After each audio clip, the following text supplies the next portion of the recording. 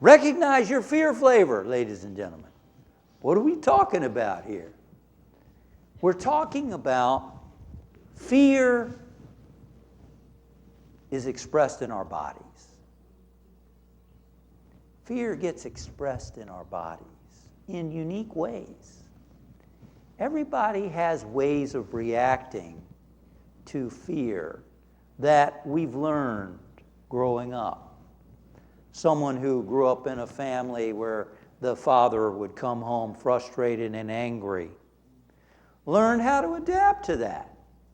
Maybe one would get real still and quiet and hope that anger would land on somebody else in the family. The other might sort of become a little aggressive and distract daddy a little bit so he can or she can make their exit safely. And we carry that into our relationships. We carry those reactions, habitual reactions, into our relationships with ourselves and with others. And I would say that probably translates into our relationships at work. It translates into our relationships with other countries and in many ways. If we look and notice, and it affects our breathing. Our breathing changes and our movements change. And we, because we are greater than our feelings and our body, because you are awareness and you live in your body, you're not your body, you're not your mind. I loved what Swami Satchidananda used to sing a chant, I'm not my body, I'm not my mind, immortal self I am. I'm not my body, I'm not my mind, immortal self I am.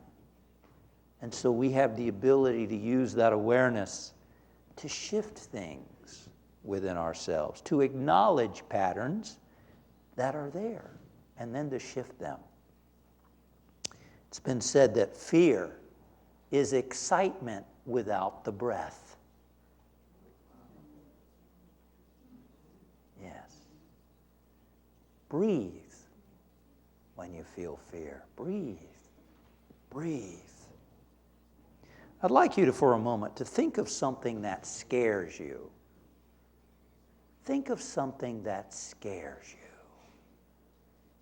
And notice what happens to your body. Tenses up.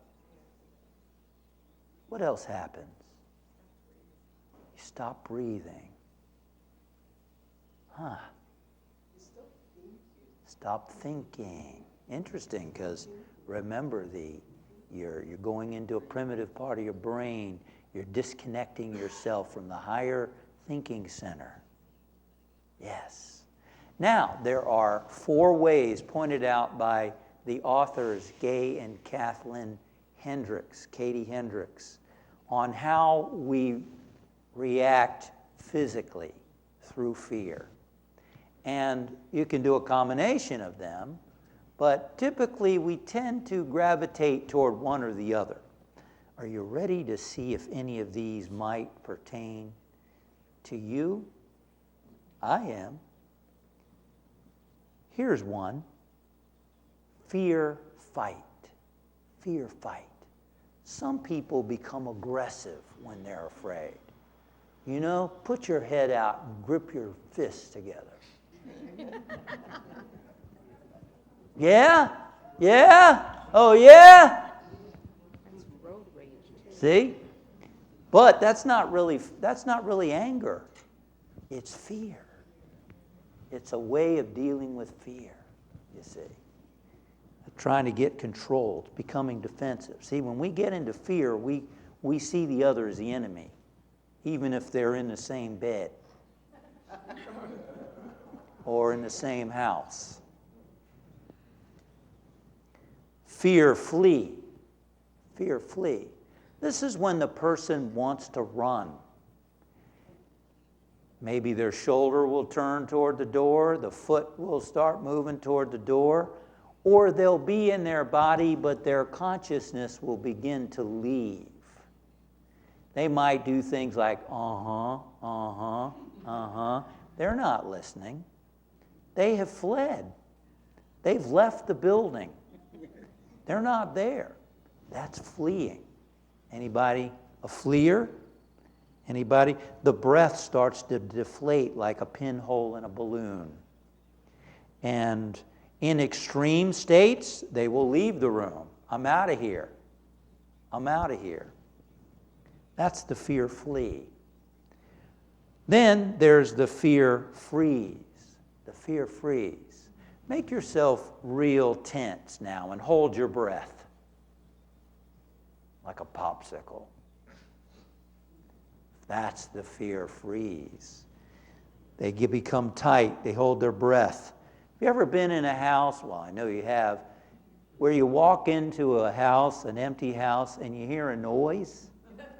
What happens? Freeze. Freeze. You hold your breath. Often, fear freezers pair with fear fighters. Can you imagine that pairing? It's like a hawk mating with a mouse. You know, the mouse is going to get real still when the hawk is not happy. And then lastly, there's fear faint. Fear faint. This is where the life energy drains out of the body through the feet, and they experience a brain fog. They can't think very well. In the face of anger, they become kind of dumb, confused, and can't respond properly. So which one do you tend to go toward? Which one do you? Do you recognize any? Fear fight, fear flee, fear freeze, or fear faint?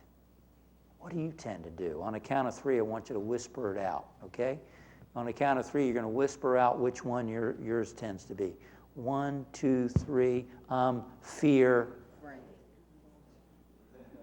Okay, 1, 2, 3, fear. Okay, I heard a couple of different ones going on here. All right, good, good. Becoming self-aware. Noticing what your fear flavor tends to be. Now, why is that important? Because then you can shift it. Then you can shift it.